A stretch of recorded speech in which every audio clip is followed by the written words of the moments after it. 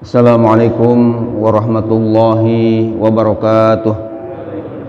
Ya, kita zikir dulu 3 kali. Bismillahirrahmanirrahim. Subhanallah walhamdulillah wa la ilaha illallah wallahu akbar. Subhanallah walhamdulillah wa la ilaha illallah wallahu akbar. Subhanallah walhamdulillah wa la ilaha illallah wallahu akbar. Alhamdulillah, alhamdulillahilladzi ja'alana minan nasihin wa abhamana min ulumil ulama'ir rasikhin. Wassalatu wassalamu ala man nasaha dinuhu adyanal kafarati wal talihin wa ala alihi wa ashabihi alladhina yatamassakuna syari'atahu salihin. Amma ba'd.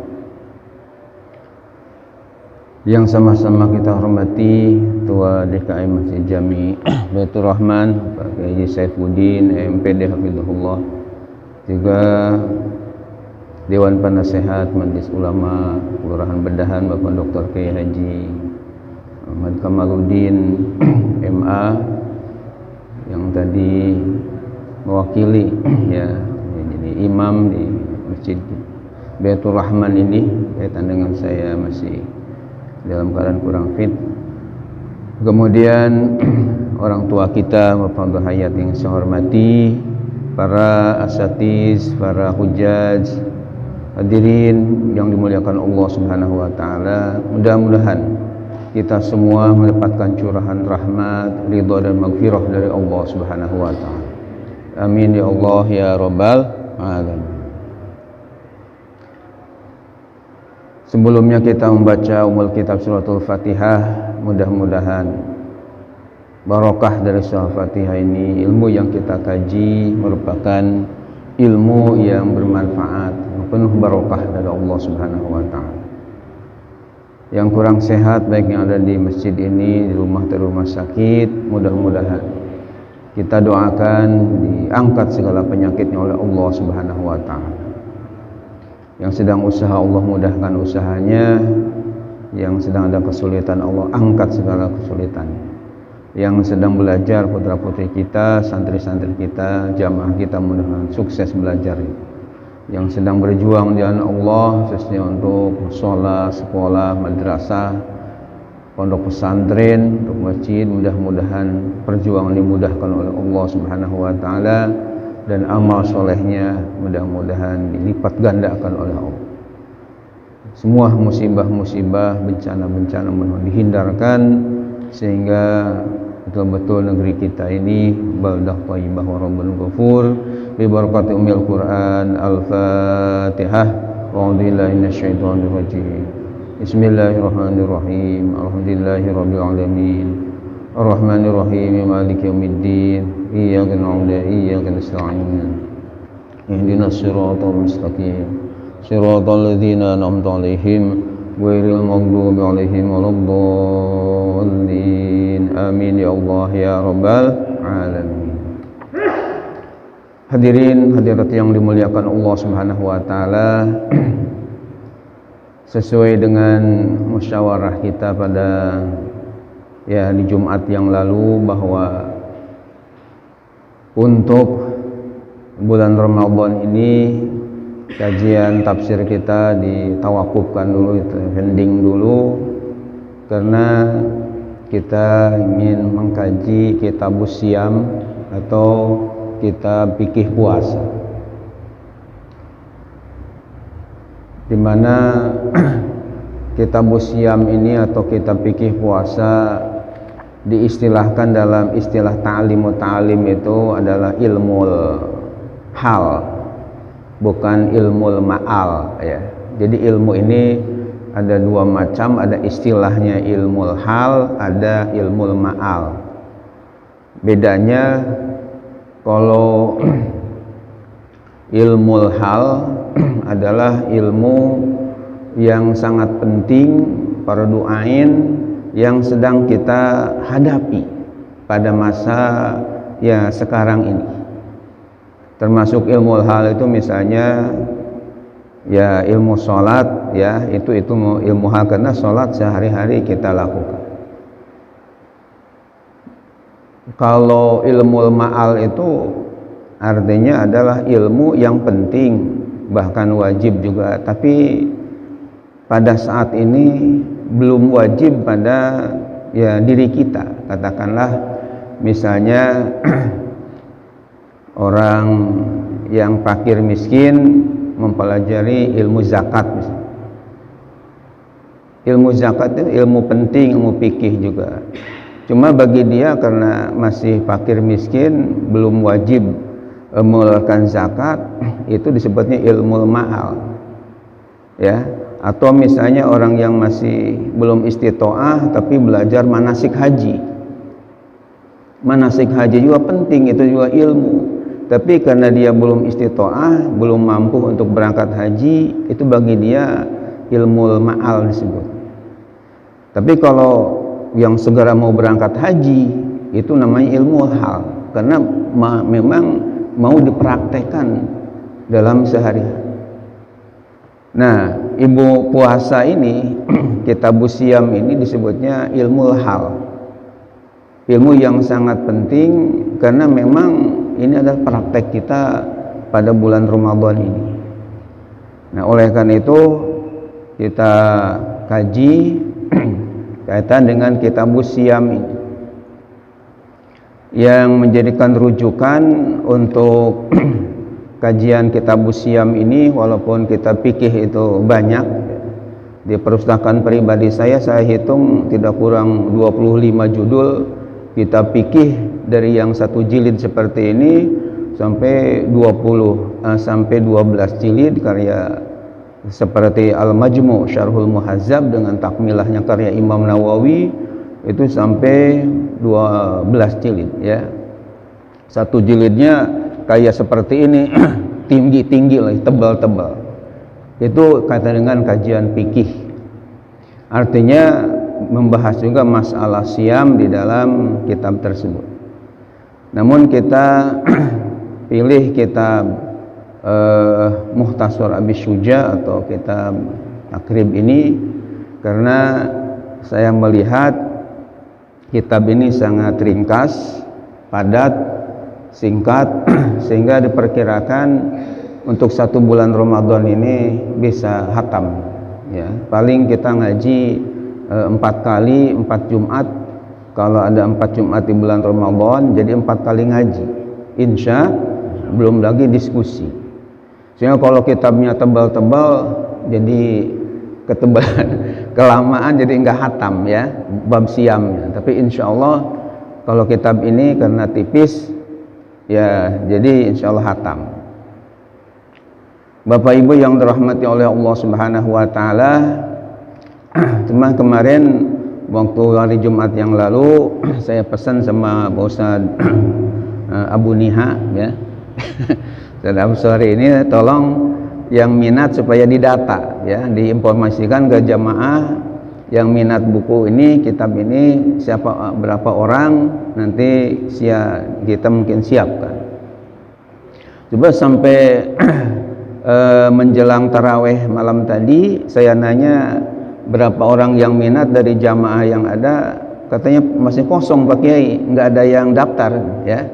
Sehingga akhirnya saya bawa 7 aja ke sini, barangkali ada yang minat ya. Ternyata masih banyak yang belum punya ya. Katanya pesan 20. Insya Allah Jumat yang akan datang kita akan siapkan setelah tahu jumlah yang memang memerlukan buku ini ya. Mengganti ongkosnya hanya homsin, hanya 50.000, karena kalau ngarang sendiri kayaknya berat ya, susah. Dan ini cetakannya menurut saya cetakan terbaik, mengkilat juga karena bukan dicetak di Indonesia ya, tapi ini di Arab. Alhamdulillah tulisannya juga gede-gede dan jelas, juga ada renggang antara baris satu dengan baris berikutnya, sehingga enggak capek ketika membaca atau melihatnya. Kita kaji Kitabus Syiyam yang terdapat pada halaman 91. Bapak Ibu yang dirahmati oleh Allah Subhanahu wa taala, mungkin sedikit dalam mukadimah pendahuluan kajian kitab Mukhtasar Abi Syuja ini sebagai mukadimah atau pendahuluan dan wawasan pengetahuan aja, bahwa kitab yang namanya Mukhtasar Abu Syuja ini terkenal di dunia pesantren dengan 3 nama ya. Ketiga namanya ini bisa dikatakan populer ya. Yang pertama, yang paling populer itu sebenarnya adalah kitab namanya Takrib ya. Kitab apa? Takrib. Yang kedua, kitab ini terkenal juga dengan namanya Ghayatul Ikhtisar. Ghayatul Ikhtisar.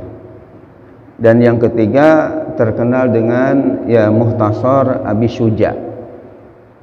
Di sini juga di mukadimahnya tertulis ya.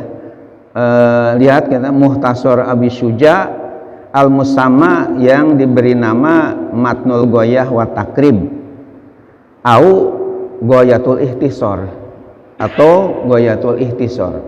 Jadi artinya satu kitab ini namanya populer dengan 3 nama. Ada Mukhtasar Abu Syuja, kemudian Matnul Ghayah wa Takrib atau disingkat kitab Takrib, kemudian ada namanya Ghayatul Ikhtisar. Bapak dan Ibu yang dirahmati Allah, juga para santri yang saya banggakan, yang saya sayangi,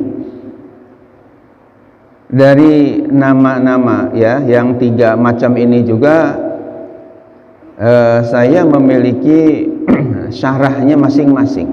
Artinya diberi nama kitab ini dengan Al-Ghayah wa Takrib misalnya, itu ada penjelasan atau komentar atau syarah namanya yang terkenal di pesantren, dunia pesantren dengan istilah kitab Fathul Qorib Al-Mujib ya, terkenal dengan Fathul Qorib. Ini dikarang oleh Syekh Muhammad Qasim Al-Ghazi. Itu syarah dari namanya Matnul Ghayah wa Takrib. Nama syarahnya namanya Fathul Qorib, bahkan ada tambahan Fathul Qorib Al-Mujib yang dikarang oleh Syekh Muhammad Qasim Al-Ghazi. Bahkan Fathul Qorib ini saya punya komentarnya lagi. Ada 2 komentar yang saya miliki. Yang pertama, Qut Al-Habib Al-Gharib yang terkenal kitab Tausyih yang dikarang oleh Syekh Nawawi Al-Bantani.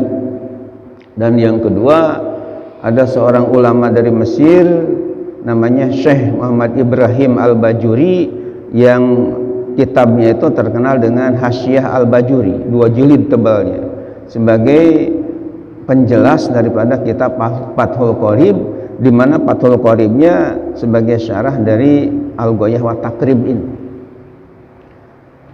Yang kedua, ini Mukhtasar Abi Syuja ya, kitab ini juga itu ada syarahnya. Yang saya miliki judul syarahnya atau nama kitab syarahnya namanya Al-Iqna ya. Al-Iqna sebagai syarah dari Mukhtasar Abi Syuja, dikarang oleh Syekh Muhammad Khatib Asy-Syarbini. 2 juz ya, 1 jilid tapi 2 juz, tebal sekali, sebagai komentar dari kitab Mukhtasar Abi Syuja ya. Teksnya sama aja ya, karena walaupun namanya 3 tapi kan lafadznya sama, tapi pensyarahnya ada. Kalau Ghayatul Mukhtasar ini Mukhtasar Abi Syuja ini nama syarahnya adalah kitabnya Al-Iqna. Nama kitabnya itu Al-Iqna fi Halli Al-Fazi Abi Syuja, dikarang oleh Syekh Muhammad Khatib Asy-Syarbini. Nah, kemudian Ghayatul Ikhtisar. Ghayatul Ikhtisar nama kitab ini juga, namun ada lagi kitab syarahnya. Nah, kitab syarahnya ini ya diberi nama dengan Kifayatul Akhyar, ya. Bukan Miftahul Akhyar, kalau itu ya ketua Muhtasyar PBNU dengan MUI pusat namanya Miftahul Akhyar. Ini nama kitabnya Kifayatul Akhyar. Bukan Darul Akhyar, kalau itu pesantren di Parung Bingung, ya. Ini Kifayatul Akhyar, kitabnya ini. Dan ini cetakannya cukup bagus, ya.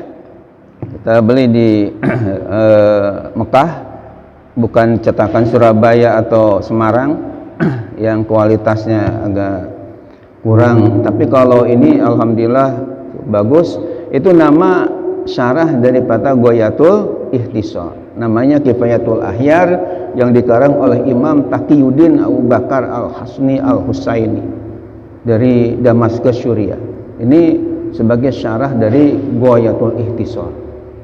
Jadi banyak penjelas-penjelas dari kitab ini, sehingga kalau dalam kitab ini karena singkat ada kesulitan memahami, itu saya biasanya melihat kepada syarah atau komentar dari ulama-ulama ahli fikih dari berbagai kitab yang ada.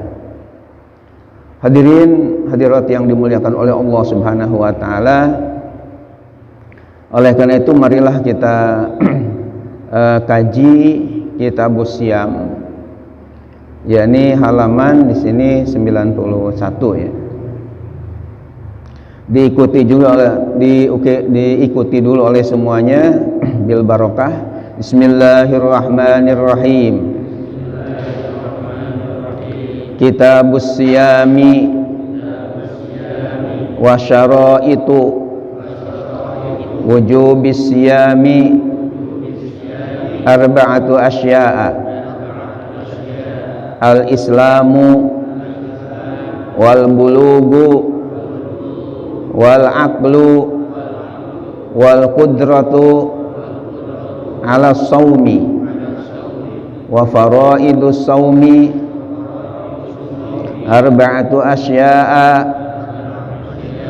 an-niyyatu minal laili wa ta'yinun niyyati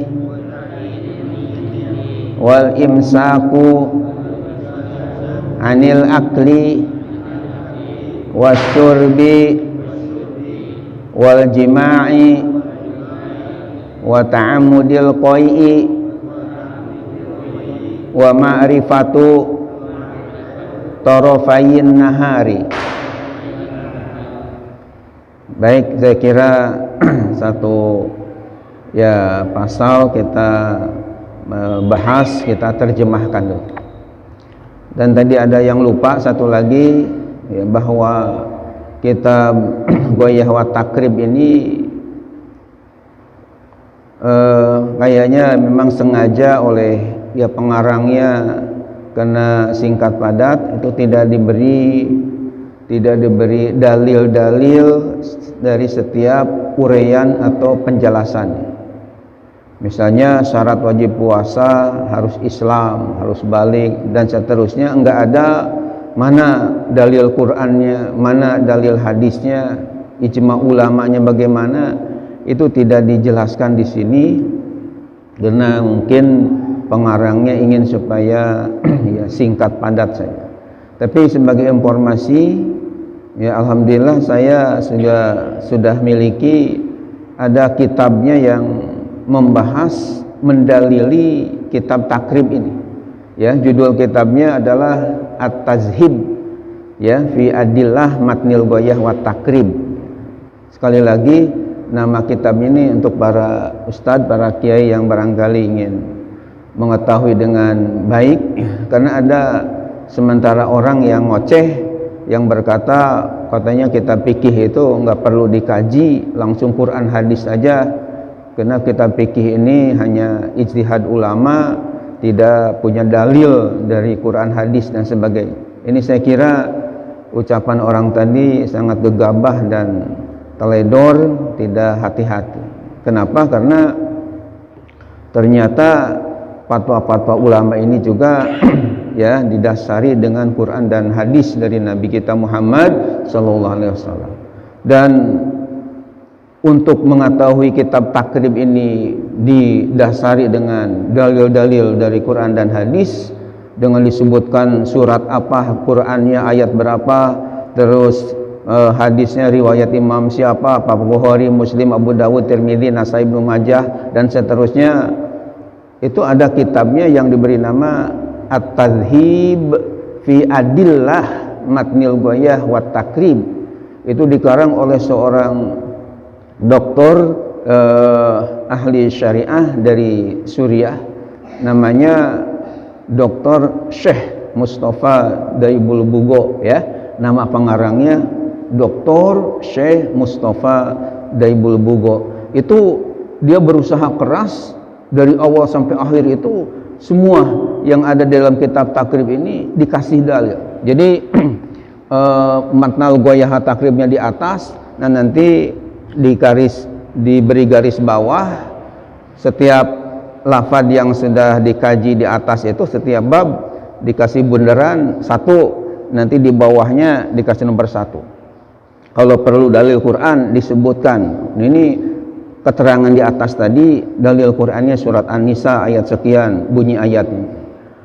Hadisnya ini di Sahih Bukhari jadi sekian, halaman begini hadis, bunyi hadisnya. Itu bagus sekali, dan saya miliki, ya, kitabnya At-Tadhhib fi Adillah Matnil Ghayah wa Takrib. Tapi di dalam buku ini secara singkat kita terjemahkan aja. Bismillahirrahmanirrahim. Kitabus Siyami, kitab puasa, kitab menerangkan masalah puasa. Wasyaraitu wujubis siyami, dan adapun syarat-syarat wajib ibadah puasa. Arba'atu asya'a, ada 4 perkara. Al-Islamu, yang pertama beragama Islam. Wal bulugu, dan yang kedua sudah balik. Wal aqlu, dan ketiga orangnya berakal, bukan orang gila. Wal qudratu ala saumi, dan yang keempat mampu atas puasa. Wa faraidus saumi, dan adapun pardunya puasa. Arba'atu asya'a, ada 4 perkara. An-niyatu minal laili, berniat di malam hari. Wa ta'yinun niyati, dan menentukan niat. Wal imsaku, dan menahan diri anil akli, daripada makan. Wasyurbi, dan minum.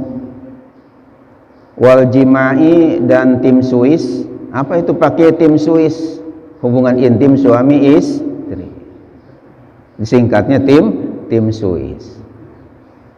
Ya. Wa ta'amudil qai'i, dan sengaja muntah. Ta'amud itu artinya sengaja, qai artinya muntah. Wa ma'rifatu tarafayin nahari, dan mengetahui 2 ujung siang. Tarafayin nahar, 2 ujung siang. Baik, setelah kita baca lafadznya, teksnya, kemudian kita terjemahkan per kata, maka giliran yang ketiganya kita uraikan maksudnya, supaya bapak-bapak, ibu-ibu, para santri pulang dari Masjid Baitur Rahman yang sangat kita banggakan ini pulang membawa ilmu-ilmu yang bermanfaat. Amin ya Allah ya Rabbal alamin. Bahkan bisa disebarkan lagi ke keluarga kita, bahkan ke murid-murid kita nanti. Insya Allah. Baik, kita bahas yang pertama, Kitabus Siyam ini mengenai syarat-syarat wajib puasa. Artinya puasa ini diwajibkan kepada 4 hal, 4 orang, karena persyaratannya ada 4. Yang pertama, al-islamu, orangnya beragama Islam. Jadi tidak wajib dan tidak sah kalau orang puasa tapi agamanya bukan agama Islam. Walaupun persis seperti kita dalam tata cara dilakukan persis seperti yang kita lakukan, tetap enggak sah. Kenapa? Ya karena Islamnya enggak ada. Kecuali kalau sudah mu'alaf masuk ke dalam agama Islam. Kalau begitu pakai enak aja ya, orang yang non muslim ini enggak puasa. Ya masalahnya walaupun puasa kan enggak sah. Dan mereka ini kalau selama tidak beragama Islam ya jelas di akhiratnya itu disiapkan neraka jahanam. Kok bengis sekali pakai ngomongnya? Ya bukan bengis, karena memang dalam Al-Quran surah Al-Bayyinah ayat 6 Allah sudah firmankan. Bagaimana bunyi ayatnya? A'udzubillahi minasyaitonirrajim. Bismillahirrahmanirrahim. Innal ladzina kafaru min ahlil kitabi wal musyrikin fi nari jahannam khalidina fiha ulaika hum syarrul bariyah. Sungguh orang-orang yang kafir dari kalangan ahlu kitab, yakni Yahudi dan Nasrani, wal musyrikin, dan orang-orang musyrik, fi nari jahannam, mereka semua akan menjadi penghuni api neraka jahanam, khalidina fiha, kekal semua di dalam. Ulaika hum syarrul bariyah, mereka itu adalah seburuk-buruknya makhluk ciptaan Allah yang ada di muka bumi. Nauzubillah min dzalik. Yang kedua, bulug, artinya sudah balik. Nah sementara anak kecil tetap disuruh untuk melatih diri, ketika sudah balik itu sudah terbiasa, dan itu pahala bagi orang tua tentunya, karena ada amar ma'ruf di situ, ya, menyuruh kepada kebaikan. Sementara yang ketiga, al-aqlu, harus yang sehat akal. Artinya orang yang majnun, yang bahasa Inggrisnya crazy, ya, orang gelo, bahasa Sundanya gila, ya, ini tidak diwajibkan untuk puasa, enggak sah, karena harus yang punya akal sehat.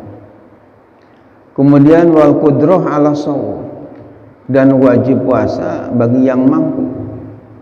Tapi kalau misalnya yang sudah tua renta, sudah pikun, itu tidak harus puasa walaupun bayar fidyah, karena qudrah ala shaumnya berarti enggak ada. Jadi harus yang ada kemampuan untuk berpuasa. Sementara orang sakit parah berat, ya enggak diwajibkan, walaupun harus mengqadha. Kita lanjutkan ke faraidus shaum. Apa aja yang fardu, yang wajib dalam masalah puasa ini? Ada 4 hal. Yang 4 hal ini 4 macam, 4 perkara. An-niyah minal lail, niat di malam hari. Batasan malam hari bagaimana Pak Kiai? Ini ya tentunya tidak harus setelah tarawih sebelum witir aja. Ada yang niatnya setelah witir, tidak harus seperti itu. Jadi kalau batasan malam itu ya dari mulai ghurubus syamsi, terbenamnya matahari, sampai tulu'ul fajri, terbit fajar waktu subuh, itu namanya lail, itu namanya malam. Jadi ketika kita ada di malam hari niat puasa itu sudah sah. Tapi kalau sebelum malam misalnya habis asar atau pada jam 5-an niat puasa untuk hari esok, ya jelas tidak sah karena belum masuk kepada lail. Kemudian mengenai masalah niat ini perlu mungkin sedikit dikemukakan bahwa ulama mujtahidin yang 3 sepakat, yakni Imam Hanafi, Imam Syafi'i, dan Imam Hambali, bahwa niat itu harus setiap malam. Jadi enggak boleh diborong 1 bulan. Jadi per malam harus niat lagi, harus niat.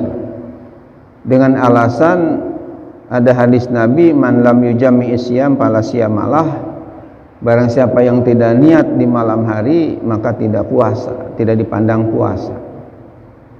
Maka menurut 3 imam madhab yang 3 ini, yakni Imam Hanafi, Imam Syafi'i, dan Imam Hambali, setiap malam itu mesti harus berniat. Seperti yang mungkin kita lakukan karena rata-rata kita mazhabnya Syafi'i. Tapi ada pendapat Imam Malik, ya, Imam Maliki, guru dari Imam Syafi'i.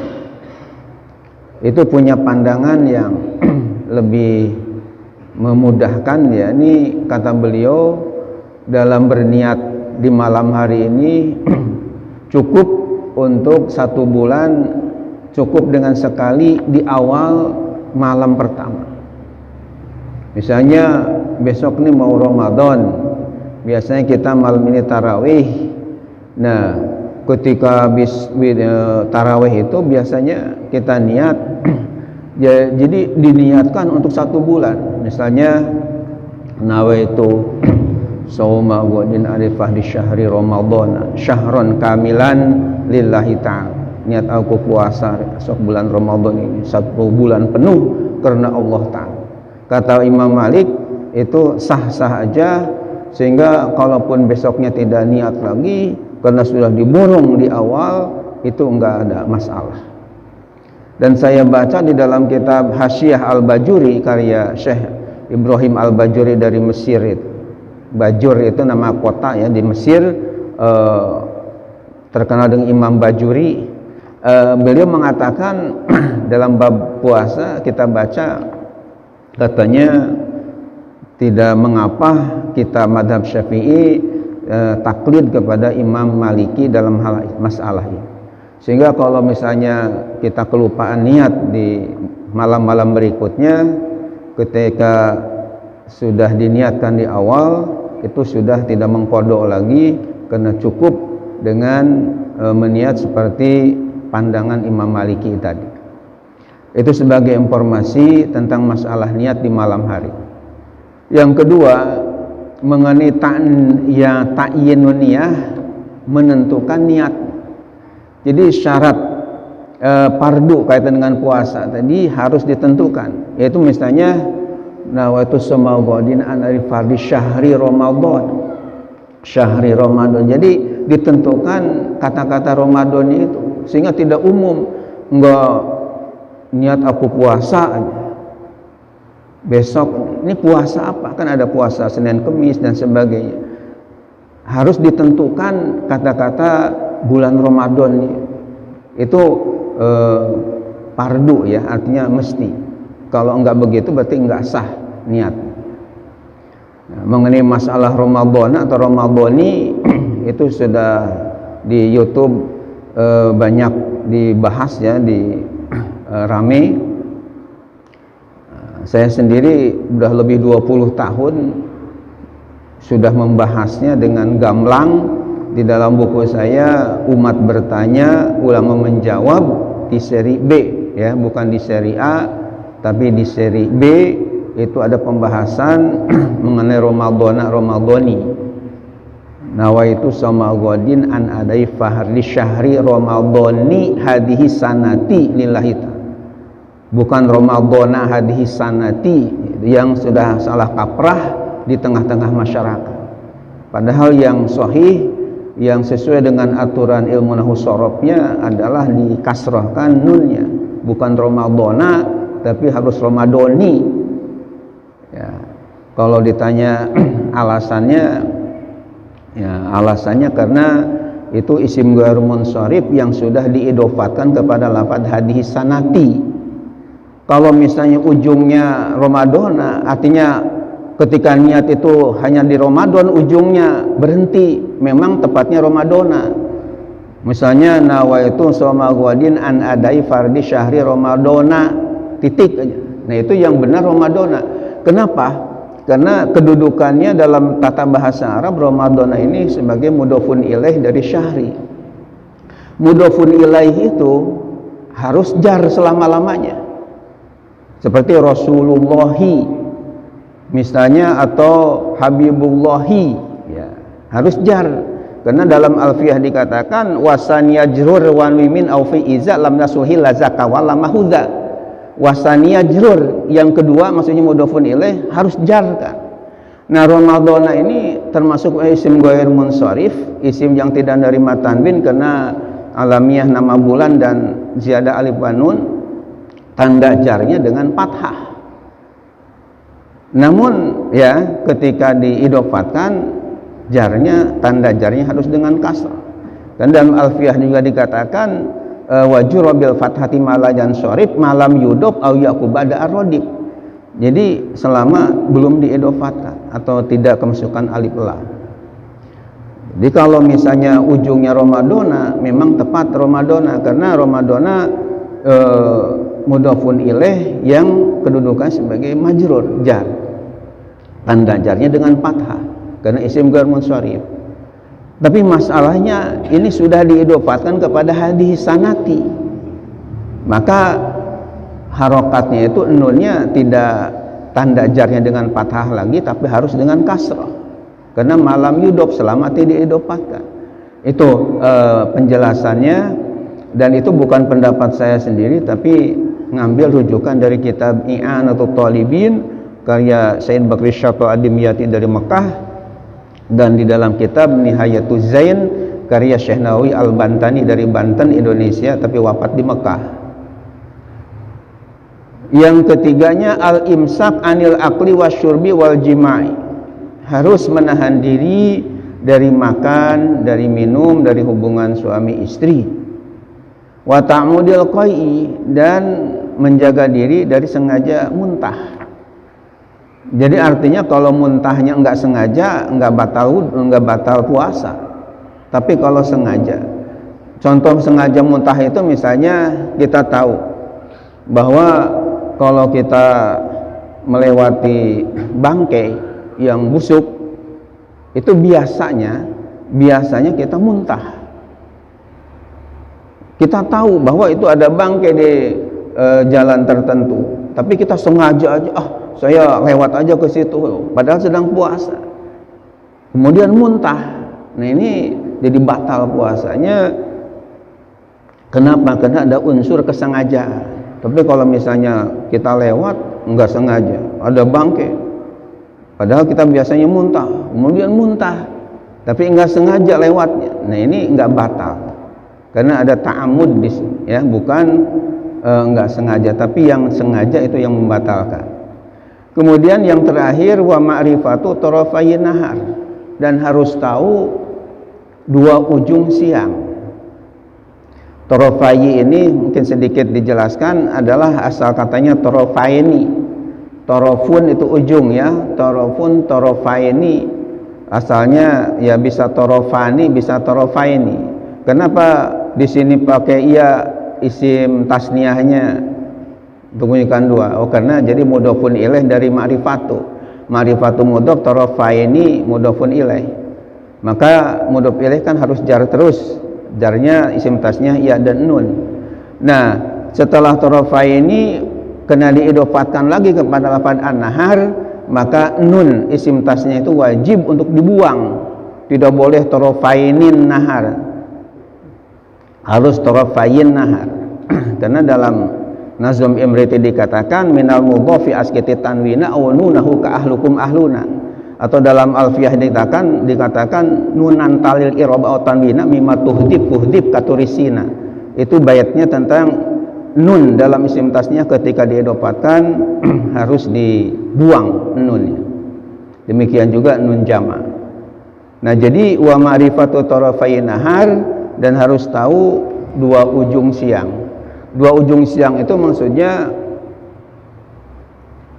waktu terbit fajar datang waktu subuh, ya kita harus tahu. Supaya apa? Supaya kita jangan keterlaluan sahur terus, ya. Jadi harus tahu ujungnya sampai di mana nih tibanya waktu subuh ini sebagai akhir dari waktu sahur. Nah, kemudian yang keduanya, ya ini sebelum tiba maghrib, sebelum ghurubus syamsi, harus tahu juga. Jangan sampai misalnya udah maghrib sekian lama waktunya ini masih puasa terus, padahal harus segera sholat. Bahkan sunatnya takjil, buru-buru ya, dengan buka ketika sudah yakin masuknya waktu maghrib. Nah, itu kaitan dengan makna tarafayin nahar, harus kita ketahui. Demikian Bapak dan Ibu yang dirahmati Allah Subhanahu wa taala, ada syarat wajib puasa ada 4, dan syarat dan fardu puasa juga ada 4 macam. Insyaallah pada hari Jumat yang akan datang, mudah-mudahan pada sehat dan panjang umur semua, akan kita bahas fi mufsidatis shaum, dalam perusak puasa. Istilah lain fi mubtilatis shaum, dalam hal pembatal puasa. Apa saja yang merusak atau membatalkan puasa kita ini. Ini saya kira penting untuk kita kaji bersama-sama. Dan mudah-mudahan yang akan datang pada megang kitabnya. Kenapa? Karena dengan mengaji kitab ini lebih berkah. Ya, ada saya baca di kitab Ihya Ulumuddin itu, di antara syarat untuk menjadi alim, menjadi orang yang berilmu, apalagi jadi ulama besar, itu ketika ngajinya harus pakai kitab. Bukan istilahnya jiping, ya, hanya ngaji dengan nguping aja. Apalagi jider, ngajinya sambil nyender. Lebih jituk, ngaji sambil ngantuk. Apalagi jiler, ngajinya sambil ngil. Nah, ini susah untuk jadi alim besar. Ya, ditambah lagi ada pepatah bahasa Arab, man hafazo parho wa man kataba qorro. Sekali lagi, ini pepatah sangat singkat padat dan sangat indah. Bahkan saya tuliskan dalam buku kecil saya bahasa Arab, judulnya Al-Hikam fil Mahfuzat, kata-kata mutiara hikmah dalam hafalan, ya, yang biasa dihafal oleh santri. Man kataba qarra wa man hafaza farra. Artinya man kataba qarra, barang siapa yang menulis, mencatat, qarra akan lengket, ilmu itu akan lengket, tidak lupa-lupa lagi. Karena kalau lupa, lihat lagi, oh ini penjelasan. Wa man hafaza farra, dan barang siapa yang menghafal aja, menyimak aja, tidak ditulis, farra akan lari ilmu itu, kabur lagi, ya. Karena ibarat binatang buruan yang lingas sekali itu ilmu, ya, sehingga ada penyair berkata, al ilmu saidun wal kitabatu qaiduhu qayyid suyudaka bil hibalil wasiqah. Al ilmu saidun, ilmu itu bagaikan binatang buruan yang sulit dikejar, ya. Al ilmu saidun wal kitabatu qaiduhu, sementara catatan-catatan ini qaiduhu, pengikatnya. Qayyid suyudaka bil hibalil wasiqah, ikatlah binatang buruanmu dengan tali yang kuat, supaya jangan sampai ilmu ini lari lagi. Seperti binatang ketika diikat dengan kuat, insya Allah tidak akan lari-lari lagi. Bahkan ada bait berikutnya faminal hamaqati antasida ghazalatan wa takufaha bainal anami taliqah. Faminal hamaqah, termasuk orang yang otaknya umprung, orang otaknya kurang waras, antasida ghazalatan, bahwa ada binatang ghazalah. Ghazalah itu artinya adalah uncal ya, kayak di kebun raya itu ada itu ghazalah. Bahasa Indonesianya apa? Binatang apa? Di kebun raya Bogor itu kan banyak binatang tuh. Kijang. Ya, banyak kijang ya, banyak kijang itu. Nah, orang memburu binatang kijang wa takufaha baina, setelah dia capek memburunya dan ditangkap, di tempat orang banyak, binatang tadi yang ia tangkap capek itu malah dilepas lah. Itu kan otaknya kurang waras. Demikian juga kita capek-capek belajar ilmu, setelah dengar penting, habis itu nggak ada catatan apa-apa, nggak ada buku apa-apa, akhirnya hilang lagi. Jadi artinya menurut si penyair tadi kurang baik lah istilahnya. Jadi oleh karena itu bagus sekali kalau memang menggunakan kitab, ada rujukan yang jelas, dan kitabnya juga sudah diakui oleh ya ulama-ulama besar kita. Bapak dan hadirin yang dirahmati Allah, demikian, dan insya Allah kita sebelum akhir dengan doa, barangkali ada hal yang penting, terutama materi yang kita bahas ini, ada yang ingin ditanyakan, kami persilahkan. Dan Saifuddin dulu yang pertama mengacungkan tangan, nanti Bapak Haji Ganip Aswoko. Bagaimana pertanyaannya?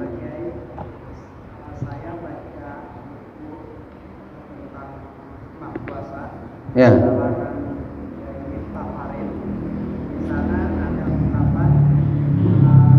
Yang keras suaranya. Di sana dikatakan ada keutamaan bulan Ramadan itu, diceritakan dari Salman Al-Farisi, diriwayatkan oleh Zaimah. Tengah-tengahnya ada pertama awal Ramadan itu adalah rahmat, terus yang pertengahan maghfirah, yang terakhir Itu benar. Tapi setelah baca itu, saya dengar ada penceramah lain yang mengatakan hadis itu palsu. Nah ini kita jadi bingung baca. Ya. Baik, satu. Yang kedua tadi Bapak Haji Ganip Aswoko dulu. Yang keras suaranya, Pak. Waalaikumsalam warahmatullahi wabarakatuh. Mengenai pembatal puasa Pak Kiai. Ya. Ada makan, minum, dan berhubungan seksual. Nah, kalau kita ini lagi sakit gigi Pak Kiai, Ya. saya kan ke rumah sakit nih, pasti kalau gigi kan kumur-kumur. Lalu, sengaja kan masuk sedikit ini. Itu pertama. Kedua, Jadi kumur-kumur masuk sedikit. ya kan kita kan nggak punya niat. Ya. Sekarang kumur-kumur pasti kan kumur-kumur pakai sama dokternya. Nah, ternyata mungkin masuk sedikit itu yang pertama. Nah, yang kedua, kalau gigi itu kan masih di borok Pak Kiai. Dikasih obat, terus obat, baru ntar kita itu apakah termasuk pembatal puasa? Gigi. Kalau obatnya kan nggak masuk ke lambung kan, cuma di gigi doang. Baik. Ya. Tadi Bapak Ali Hasan. Ini dikasih gini, kan kalau mengikuti penjelasan tadi, batas awal puasa, mulai puasa itu kan berarti ketika mendekati subuh tuh. Kan kalau di kita tuh ada imsak. Imsak. Nah, masalahnya itu kita mulai puasa setelah datang waktu imsak yang biasanya diumumkan di masjid di musola itu, atau kalau kebetulan kita masih makan pada saat itu, baiknya kita teruskan atau udah kita berhenti aja. Kalau katakanlah walaupun makannya sebetulnya dia baru mulai makan, baru dapat 2-3 sendok gitu kan. Ya. Bagusnya dia teruskan. Terus ada kata-kata imsak. Udahan gara-gara udah dibilang imsak, gimana? mulai makan sudah bilang imsak. Ya. Orangnya terlambat bangun tuh. Kan ada yang begitu. Ya.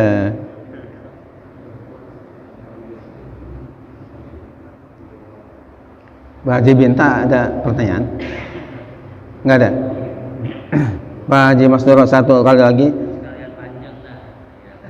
sampai syuruknya, sampai isyraqnya. Mohon penjelasan batasan ta'yin dalam niat, umpamanya sampai haji sanati, kalau haji sanatinya nggak dibawa sampai si Ramadan aja umpamanya itu udah cukup ta'yin di situ. Jadi nggak pakai tahun Ramadan haji puasa Ramadan nih haji kita nggak pakai. Jadi kan kita bisa dilihat haji hari Ramadan gitu kan kalau nggak dilopatkan haji gitu kan. Ya. Sah nggak peniat itu? Oh, jadi sampai hanya Ramadan ada.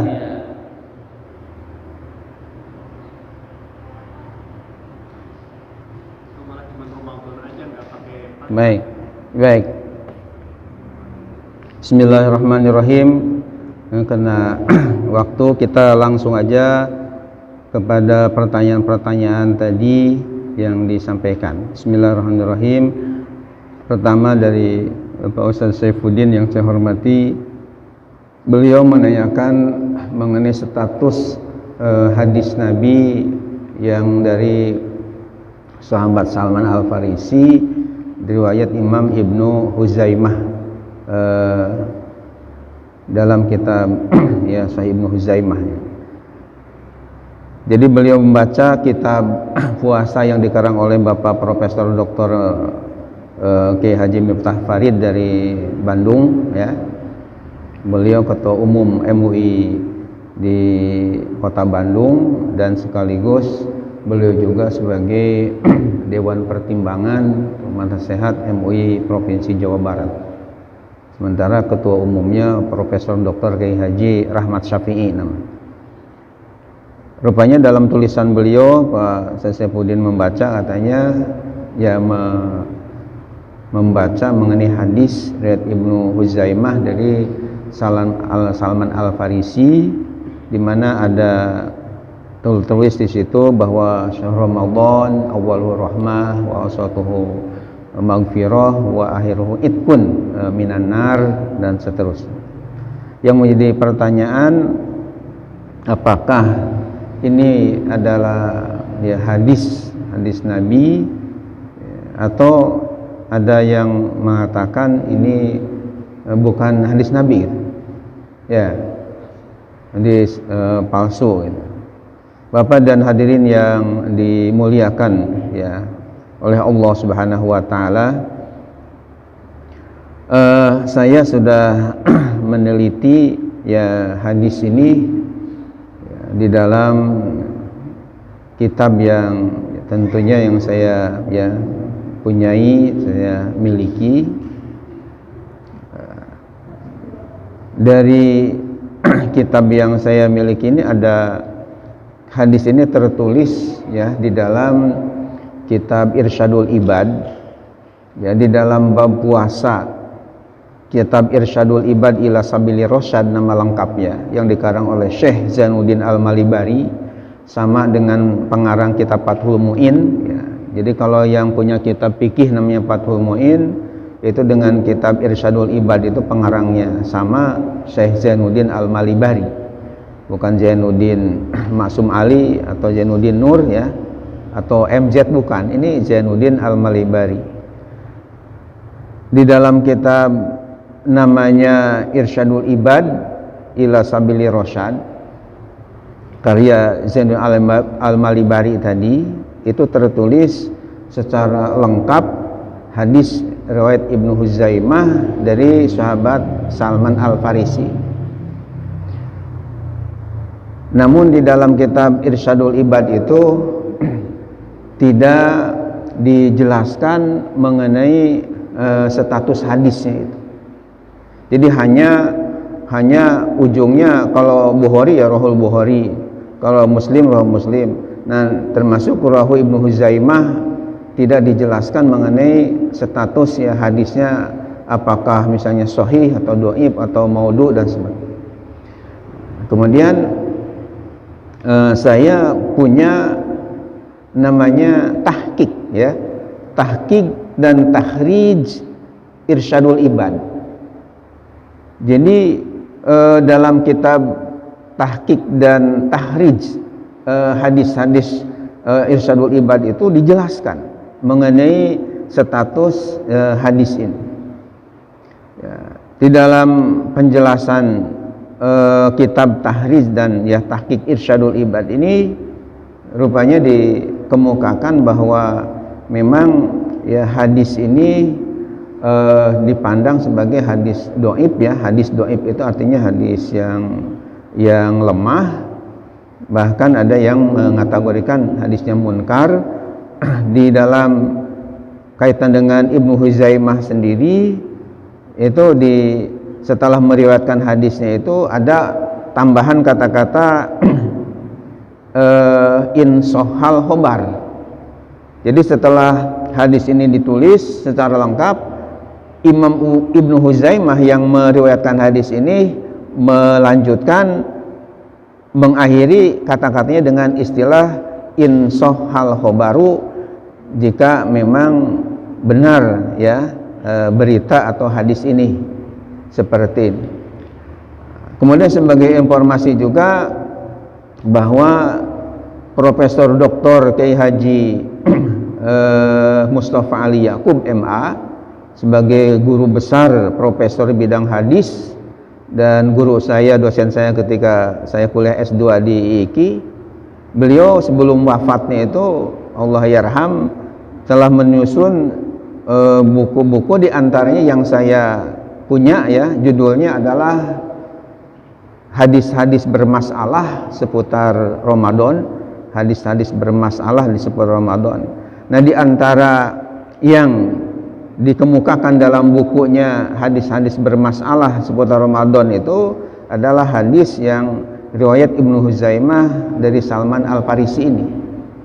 Artinya beliau sendiri mengakui bahwa hadis ini kalau dipandang ya sahih tidak sahih, akan tapi masuk ke dalam ya hadis namanya hadis dhaif, hadis yang lemah, cenderung ya hadis munkar tadi yang hampir-hampir kepada hadis palsu.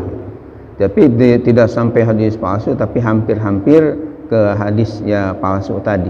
Karena Imam Ibnu Huzaimah sendiri ketika meriwayatkannya ditambah dengan kata-kata in sohal khobar, jika memang hadisnya sahih. Seperti inilah yang saya terima atau yang saya riwayatkan. Ya, demikian penjelasannya mengenai status hadis tadi.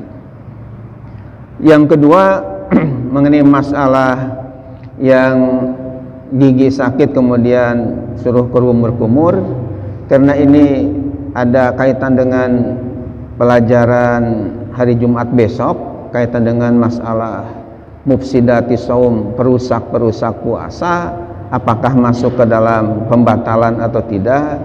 Jadi insya Allah nanti kita akan bahas di Jumat yang akan datang. Mudah-mudahan beliau sehat dan bisa hadir lagi, insya ya, biar penasaran nanti ya. Ya, sementara kita lanjutkan ke masalah berikutnya mengenai masalah mulai puasa ini kapan, kemudian kaitan dengan imsak.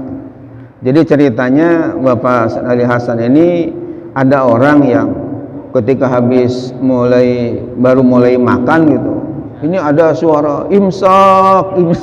Nah, apakah makannya harus diberhentikan atau masih terus aja karena baru imsak?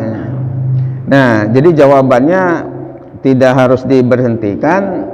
Kenapa? Karena imsak ini pada dasarnya memberitahu istilah di jalan itu baru lampu kuning, belum lampu merah. Kira-kira biasanya 10 menit ke waktu merah atau lampu merah itu masih boleh kita makan ya. Tapi kecuali kalau misalnya lagi makan ini langsung terdengar Allahu Akbar, Allahu Akbar, ya. Nah itu segera kita hentikan, jangan dilanjutkan terus ya. Nah tapi kalau baru bapak udah imsak, nah ini masih bisa ya. Tapi udah ada peringatan berarti harus segera menghentikan. Karena imsak pada dasarnya udah mulai berhenti sebagai tanda mau tiba waktu subuh. Kemudian mengenai masalah tadi, masalah kalau niat sampai nawaitu summa ghadin an adai fadi syahri Ramadan enggak dilanjutkan hadis sanati, apakah itu enggak mengganggu kaitan dengan ta'yinun niyah, ayyana yu'ayyinu ta'yinan, yakni menentukan niat tadi. Ini jelas di situ ada mengganggu kepada menentukan niatnya. Masalahnya kalau enggak disandarkan, diidofatkan kepada hadis sanati, ini jadi kabur, karena kata-kata syahri Ramadan, bulan Ramadan ini umum. Ramadan yang mana? Coba kalau misalnya kita niatnya nawaitu sama godin an adai fahdis syahri Ramadhani hadihis sanati, itu khusus. Jadi aku niat hari esok puasa di bulan Ramadan ini. Nah ini khusus ditentukan, jadi Ramadan yang ini. Tapi kan kadang-kadang orang itu puasa Ramadan tapi kodok Ramadan yang tahun yang lalu. Jadi umum. Kalau misalnya niatnya nawaitu sama godin an adai fadi syahri Ramadan, titik. Aku niat puasa hari esok di bulan Ramadan. Ini masih tanda tanya. Hari esok bulan Ramadan itu Ramadan yang tahun ini atau tahun yang kemarin? Ramadannya kodok atau ada? Itu kan masih tanda tanya. Maka untuk supaya tidak kabur, tidak ragu-ragu, harus ditambah dengan hadis sanati. Jadi puasa itu untuk Ramadan tahun ini, bukan tahun yang kemarin saya mengkodok, tapi memang tahun ini sebagai adaan. Gitu, makanya di kitab-kitab fikih kayak Nihayatul Zen, kitab Fathul Mu'in atau Ainul Talibin, itu jelas hadis sanatinya itu dicantumkan, nggak dibuang. Ya, baik, saya kira karena udah siang dan waktu syarok sudah tiba, mudah-mudahan ilmu yang kita kaji betul-betul bermanfaat. Dan insya Allah untuk Bapak Haji Ganip Aswoko, pertanyaannya akan kita bahas pada Jumat yang akan datang. Insya Allah, mudah-mudahan pada hadir dan punya buku semua. Nanti ke Ustadz Absari, tolong berapa jumlahnya yang belum tadi? 20 20-an nih, insya Allah disiapkan lagi karena ingin megang kitab-kitabnya semua. Kita akhiri dengan Allahumma arhamni bil Quran. Allahumma arhamni bil Quran waj'alhu li imaman wa nuran wa hudan wa rahmah. Allahumma zakirni minhu ma nasitu wa'allimni minhu ma jahiltu warzuqni tilawatahu ana al-layli wa atrafan nahar waj'alhu li hujjatan ya rabbal alamin. Amin ya Allah. Subhanakallah bihamdika asyhadu an la ilaha anta astaghfiruka wa atubu ilaik. Alhamdulillahirabbil alamin. Mohon maaf lahir batin. Akhirul kalam. Assalamualaikum warahmatullahi wabarakatuh.